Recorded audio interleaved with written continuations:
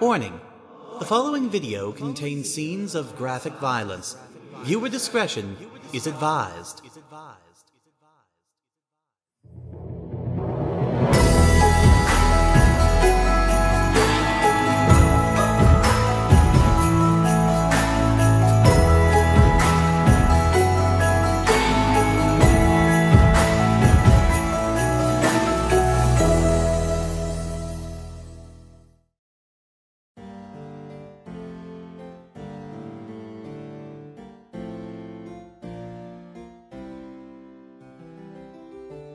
There was so much to keep track of these days. This new nation, Equestria, was one founded on love and tolerance. The tribes had found that, with their new bonds of friendship and understanding, they could be far stronger and secure, working together for the greater good. That did not mean all of their problems were going to disappear overnight, nor that there weren't any new problems on the horizon. Commander HaileyK had been receiving reports of griffins being spotted probing Pegasus airspace. While they might just be testing their borders now, the commander knew how the griffins thought. If they suspected any weakness, they would not hesitate to try and take more territory for themselves, regardless of if they really needed it or not. There had been a long-standing treaty between the griffins and the Pegasi over no-flight zones and what counted as international airspace, but it was possible that, with their abandonment of their former cloud cities for the newly constructed Cloudsdale, that the griffins held those treaties to be null and void. Commander HaileyK had been discussing just such a possible development with his staff when Starswirl the Bearded let himself into the room. At first, the more militaristic Pegasus had thought the old unicorn something of a fool, what with the bells sewn into the brim of his hat and the colourful motley costume he wore. Most unicorns were given to extravagances that the more pragmatic Pegasi found distasteful, but Starswirl was in a class all by himself. It had come as a shock to the commander when he found out that the old fellow was not only the most powerful and accomplished magician in King Bullion's unicorn court, but was also kind, respectful, and of a keen strategic mind. It was Starswirl who had foreseen that Equestria could not survive if the tribes continued to be divided, and would simply fall back into their old, segregated ways if left to self-rule. As such, Commander HaileyK, King Bullion, and the good Chancellor Puddinghead had agreed to submit themselves to a ruler who would have sovereignty over them all. A pony who would be charged with the stewardship and protection of each tribe and all of Equestria in the years to come. It had also been Starswirl's genius to seek out such rulers from the Alicorns, one of the most long-lived and powerful races, who embodied the best qualities of unicorn, Pegasus, and earth ponies. They had not one, but two such rulers now in the Pony Sisters, Celestia and Luna. Though young, they carried themselves with a dignity that even King Bullion's daughter, Princess Platinum, had grown to respect. Hello, old friend. How goes the Weather Committee? Have you had a chance to look over the plans for the weather factories yet? Asked the bearded wizard. I see you've got your maps and charts out. Perhaps you're looking for a good source of water for the rain factory. I have an idea I'd like to propose about using a different tribe's water source each year, so that no one tribe would suffer a potential drought. It seems these aren't my blueprints at all. They appear to be maps and drawings of the Griffin Kingdom. My dear Commander, I hope you weren't planning some sort of military action on your own. Nothing of the sort. Starswirl arched an eyebrow. HaileyK hastily rolled up the map of Gregor Griffin's private keep. Merely discussing measures to secure Equestria's airspace, with all due caution, of course. There had been a time that if a unicorn had suggested the commander of any impropriety, no matter how small, he would have launched into an angry rage. He had learned a valuable lesson about keeping his more negative emotions in check, and having such a relapse now in front of so venerable a friend was out of the question. As such, he merely smiled. I'm afraid we haven't gotten around to viewing your plans yet, old friend. But we'll get to that just as soon as Private Pansy joins us. I'm awaiting her report about the ongoing evacuations from the north so that we can better gauge the size of our potential workforce. A most prudent idea, Commander. I should have expected nothing less. Pardon me for my suspicious mind. I'm afraid it's difficult for even a unicorn like myself to shake the hereditary distrust of the Pegasus Stratocracy. Starswirl removed his hat with a jingle of bells and bowed, showing that his apology was genuine and his last words were meant in jest. Commander Hurricane could not help but observe that, for all his immense magical prowess, Starswirl did behave something like a jester or fool from time to time, but it was only to put friends at ease. The Pegasus also knew that he could also effectively make enemies underestimate the unicorn, much to their later regret. The doors to the meeting room burst open as a pair of Pegasus guards and a unicorn rushed in. The commander recognized Clover the Clever, Princess Platinum's advisor and a close friend. Starswirl, you have to come quick, it's Pansy! What? What's this about Private Pansy? Hurricane's heart sank as he looked at the face of Starswirl's apprentice. What's happened? I'm not sure, Commander, but she's been injured. She was on her way to report to you and she collapsed. The unicorn turned her worried gaze to her mentor. But I fear it's no ordinary wound. I sense dark magic has infected her, the same that wiped out one of the unicorn settlements 30 years ago.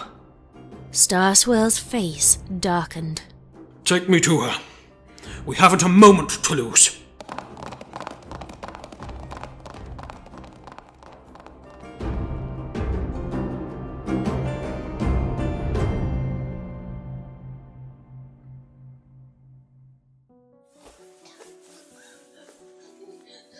Private Pansy writhed beneath the sheets. The medics had tried their best to make her comfortable after stitching up the wound where her ear had been, but she had quickly developed a fever. Worse, she had started coughing up blood and bile, so that now the sheets weren't only soaked with sweat, but splattered with scarlet stains as well. Starswirl entered the room in a whirl of his starry robes, horn instantly blazing with light, as the glow of a powerful spell enveloped the injured Pegasus. He consulted with the medics, while Clover moved to her friend's side. Hurricane wasn't far behind. Blast it all, I'm in charge here! Some pony tell me what's going on! What's happened to my liaison? His voice broke, as his eyes fell on the state of the sheets. What is wrong with my friend? No pony really knows. Clover placed one hoof over the glowing magic shell that now encased Pansy. We've been studying cases when we can, but it's rare to come across any survivors. There were many when it first surfaced, but none lasted for more than a day before they had to be destroyed. We've been researching what we can about potential cures, but without a stable subject to try them on, it's impossible to know if they'll be effective. And so far, none of the subjects have been stable. The spell I've cast will only slow the spread of the curse. But given her condition, even with my spells, it's only a matter of time. Curse? Only a matter of time? Until what? Spit it out, sir. If this is some new threat to Equestria, as its military commander, it is my right to know. Starswirl frowned. He motioned for the medics to leave the room and closed the door behind them. He did not stop there, moving to the tower window and securing the shutters to be sure no passing Pegasus might eavesdrop. With just Clover, Hurricane, and himself in the room with the afflicted Pansy, the bearded unicorn lit a few candles to provide a fitful sort of illumination.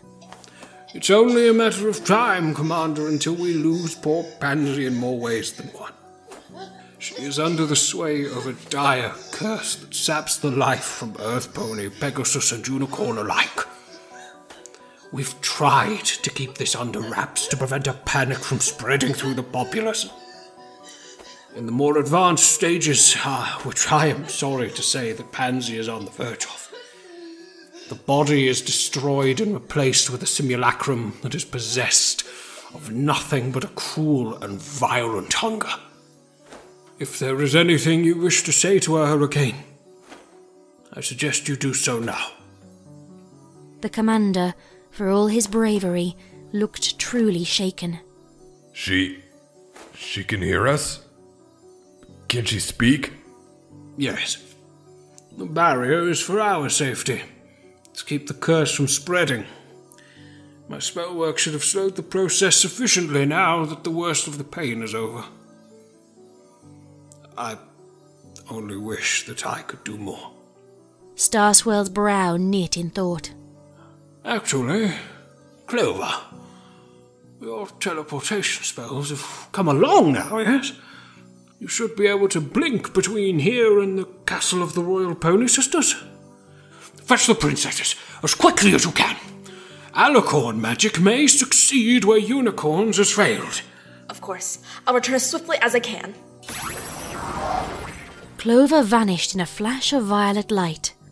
Is there really hope, Starswirl? Can the Royal Sisters truly help my poor Pansy? Asked HaileyK, all pretense of control or command abandoned. I very much doubt it. As powerful as the princesses are, they are yet inexperienced in their abilities.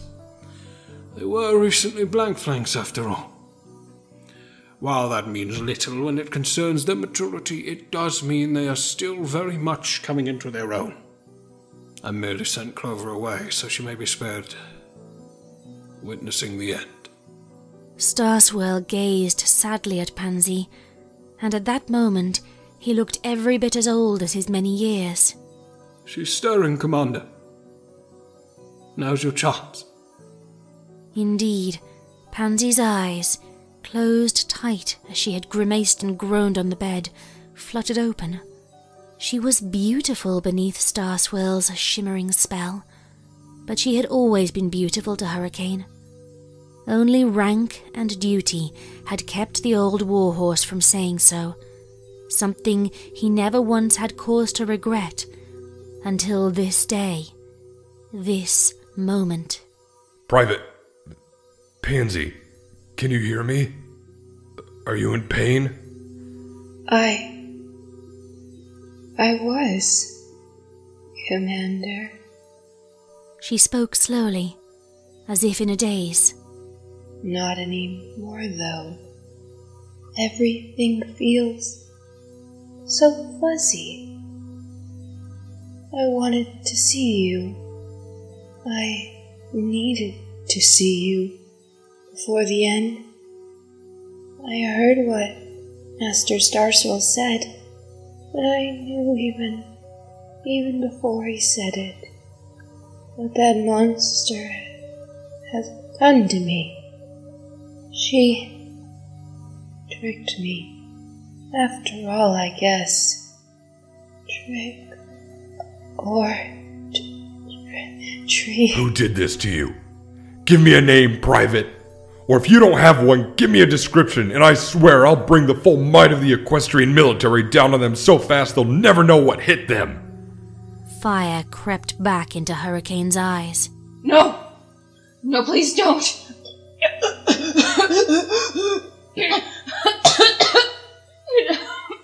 You don't know what she's like. I had the chance to read her mother's journal on the journey here. It's in my saddlebag. He'll tell you everything you need to know. Her eyes welled with tears. It was clear that whatever time Starswirl's spell had brought them was quickly drawing to a close. I think it's why she let me go. She wanted you and the others to have it. She wanted you to know what she is and who is coming for you. Who, my love? Private Pansy's face lit up, shining almost brighter than the spell. The look of joy on her face was quickly replaced with one of anguish. She managed to choke the words out with a fresh spurt of blood from between her teeth.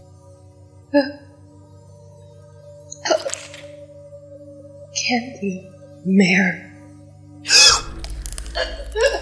She writhed then, her skin visibly stretching, as something squirmed beneath her flesh. It started from the wound in the side of her head, spreading across her jaw. With a spurt, crimson tendrils shot from her mouth, breaking her jaw. The thick red ropes continued to spread under her flesh. A few strands hooked around Pansy's shattered mandible and twisted her head to the side.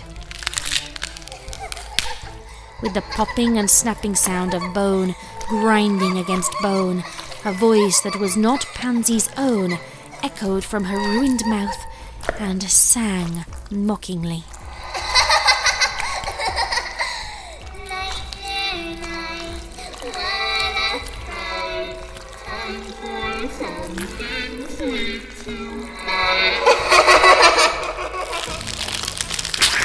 Strands of licorice shot from behind Pansy's eyes, popping them from their sockets so that they dangled down her face.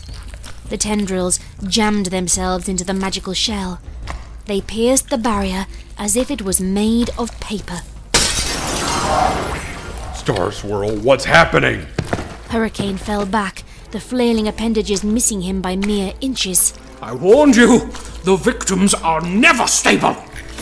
The unicorn's horn blazed, trying to batter back the squirming tendrils. The curse seems to manifest itself differently in every pony, but I've never seen such a violent reaction as this. Most of them don't even speak beyond a few mumbles and a little mad giggling. They don't sing!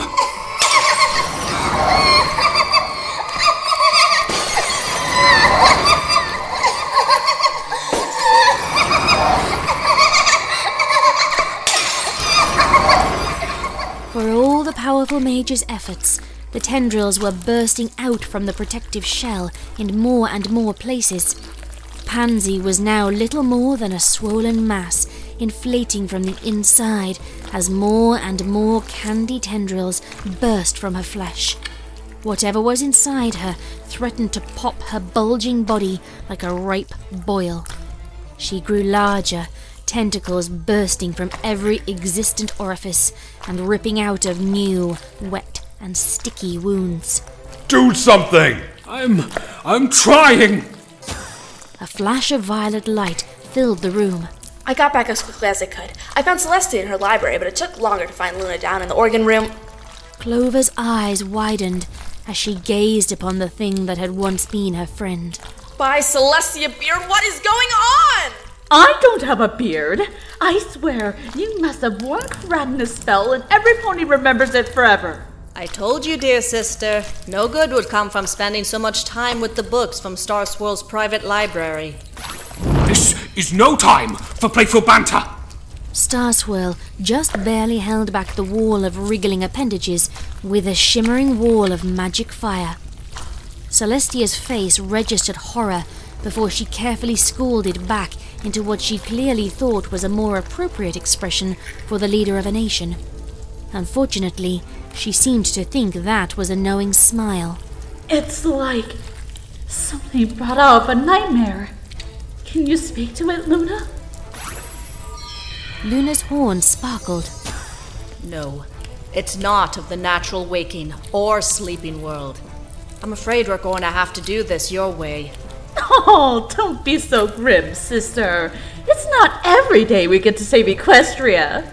Celestia spoke joyously as her horn flared with brilliant sunlight, her wings spread wide. Luna's own horn erupted in a more shadowy glow. Back to the darkness with you, vile cur!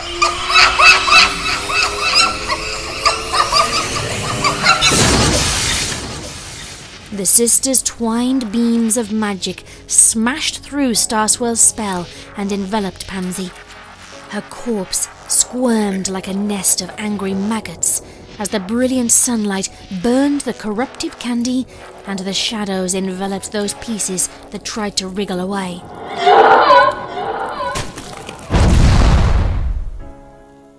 In mere moments, all that was left of poor Pansy was a small collection of bones amid a few gobbets of quivering flesh. Ew! What was that thing? Celestia probed the bits of charred feather with one delicate wing. That was not a thing. That was Private Pansy. Commander Hurricane drew himself up. That was our friend. Oh, said Luna, with dawning realization. This is bad, yes? Starswirl, his expression unreadable, pulled his hat down over his face.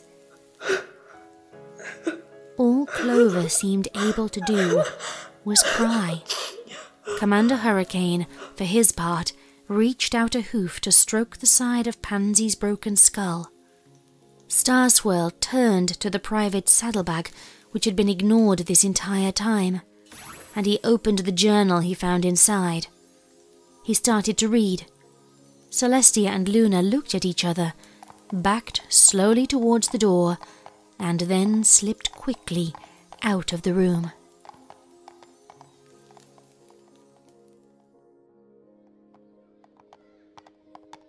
Well, I think that could have gone better. Was that thing really Private Pansy, do you think? Said Celestia as they walked quickly out of the barracks. I don't think now is the time to ask. We can get the whole story from Starswirl later. Right now, we've got other problems. Without consciously realizing it, the pair took to the sky in perfect synchronization. The heartwarming festival preparations, you mean? Surely those will need to be postponed in light of one of the founders having passed. I don't think that would be a good idea. If we cancel the event, every pony is going to want to know why. Do you really want to tell them we blew up one of the founders of Equestria and burned to a cinder the bits that were left? Regardless of the circumstances, I doubt that's something any peasant wants to hear about their new monarch, let alone the other founders who are her friends. Oh, my word, sister! Are you proposing that we practice some sort of deception? Celestia asked doubtfully, her brow knit with concern. Of course not. I just think it might be a good idea for us to focus every pony's attention on the celebration of Equestria's founding. Meanwhile, we, their protectors, can deal with whatever it is that caused the private's demise, privately, so to speak. Luna, that was a poor pun, sister. Leave the comedy to the playwrights. But it is meant to be a merry festival, I suppose. Perhaps it will help lighten the heavy hearts of our friends. It is a good idea, Luna. Of course. At least, I hope it's a good idea. The two sisters shared a worried glance. The wind from the north seemed to be blowing a little colder. Though it was the time of year for ice and snow, the pair could not help but feel an extra bite to the breeze. And perhaps, with their superior senses, they could feel the dark presence that was slipping into their midst. A cold, dark feeling that Luna and Celestia both doubted any celebration could ever hope to entirely dispel.